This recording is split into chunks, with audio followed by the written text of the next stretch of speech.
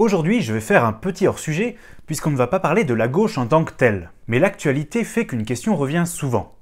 Ça marche comment, les élections régionales? La gauche, la gauche, la gauche, De gauche. de gauche, la gauche, la gauche, la gauche, la gauche, La gauche. la gauche, La gauche. la gauche. Bienvenue dans ce nouvel épisode d'Hémiplégique, la chaîne sur laquelle on essaie d'habitude de comprendre ce qu'est la gauche. Dans cette vidéo, on va surtout essayer de comprendre les règles électorales françaises, en particulier celles des élections régionales. Et vous allez voir que c'est pas évident. Depuis 2016, la France est divisée en 18 régions, 13 en métropole et 5 en outre-mer. À leur tête, on trouve un conseil régional, dont le nombre de membres varie en fonction du nombre d'habitants de la région. Je vous mets en description le nombre d'élus dans chaque région. Ce conseil régional est présidé par un ou une présidente. Les conseillers régionaux sont élus pour 6 ans, comme les maires, mais avec 1 an de décalage. Ça, c'est pour la partie facile. Là où ça devient intéressant, c'est quand on regarde le mode de scrutin utilisé. Les élections régionales sont un scrutin proportionnel de liste à 2 tours, avec prime majoritaire. Si vous savez comment fonctionnent les élections municipales, vous n'allez pas être perdu. On vote donc pour des listes de candidats qui doivent respecter la parité femmes-hommes. Si l'une des listes obtient au moins 50% des voix plus une au premier tour, elle a gagné et on s'arrête là. Sinon, on fait un second tour avec les listes qui ont fait plus de 10% des voix au premier. Les listes qui ont fait plus de 5% des voix peuvent fusionner avec les listes qualifiées au second tour. Celles qui ont fait moins de 5%, c'est raté.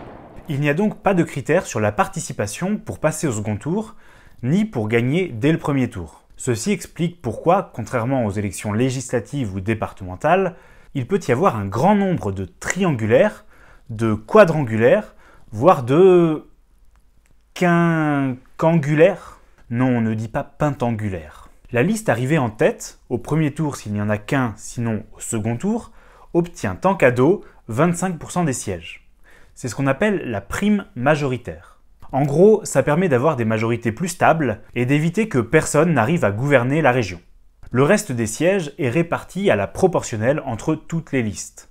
J'en vois qui froncent les sourcils, au fond, je vais prendre un exemple.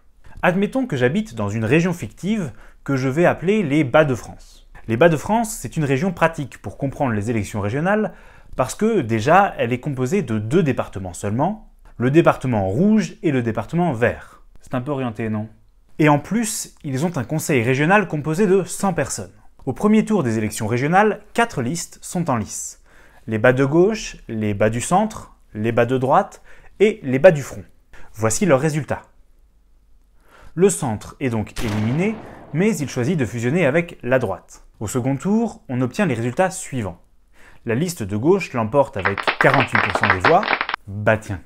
La liste de droite obtient 33% des voix et la liste bas du front, 19%. Grâce à la prime majoritaire, la gauche obtient 25 sièges de base. Pour les 75 restants, on applique la règle de la proportionnelle, ce qui donne 36 sièges supplémentaires pour la gauche, 25 pour la droite et 14 pour l'extrême droite. On voit qu'au final, même si la gauche n'a pas obtenu la majorité des voix, elle obtient une majorité néanmoins très stable. Tout ça, ça commence à être un peu plus complexe, mais ça reste classique. La vraie beauté des élections régionales, c'est que ces listes régionales sont découpées en sections départementales. Ceux qui ont inventé ça devaient être bien perchés quand même. Ça a été mis en place par la gauche, et merde, en 1995, mais comme c'était un peu n'importe quoi, le gouvernement de Lionel Jospin avait abandonné le système en 1999. Sauf que la droite y tenait, alors elle l'a réintroduit en 2003. Comment ça marche, les sections départementales?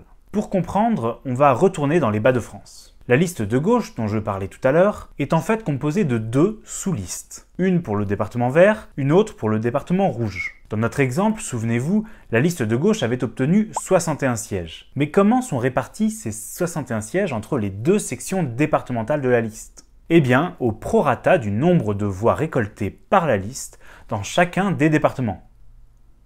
Admettons que la liste bas de gauche ait récolté 1000 voix dans le département vert et 2000 dans le département rouge. Alors, un tiers des élus, soit 20 personnes, viendront du département vert et 2 tiers, soit 41, viendront du département rouge. Vous noterez que la répartition n'est donc pas la même pour toutes les listes. Si la liste de droite, elle, a fait plus de voix dans le département vert que dans le département rouge, elle aura plus d'élus qui viennent du département vert que du département rouge. On s'amuse, hein?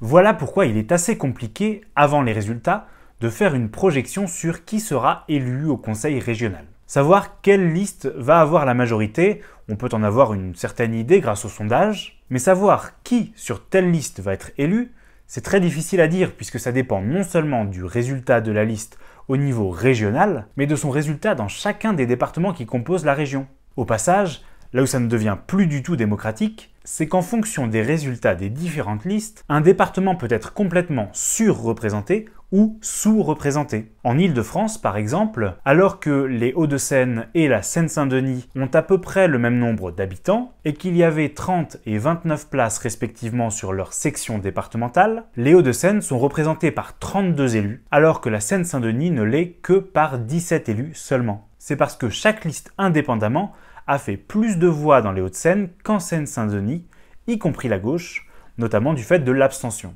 Bref, avec ces informations-là, vous devriez être en mesure de faire la star devant la machine à café pendant les mois qui viennent.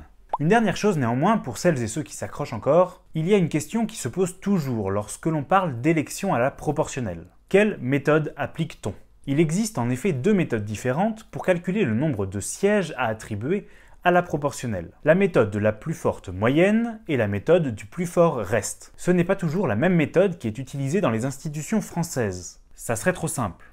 Mais pour les régionales comme pour les municipales, il faut utiliser la méthode de la plus forte moyenne. Le choix d'une méthode ne change pas forcément énormément les résultats, mais ça peut néanmoins jouer sur l'attribution du dernier siège. Pour schématiser, la méthode de la plus forte moyenne aura tendance à donner plus de sièges à la liste arrivée en tête. La méthode au plus fort reste, quant à elle, en donnera plus aux listes minoritaires. Si vous voulez savoir comment calculer tout ça, je vous mets quelques liens dans la description qui en parlent. Bravo d'avoir tenu jusque-là avec cette vidéo assez abstraite et presque mathématique. Comme la question des élections régionales va revenir souvent d'ici à mars prochain, vous pouvez allègrement partager la vidéo et bien sûr vous abonner à ma chaîne pour ne pas manquer les prochains épisodes.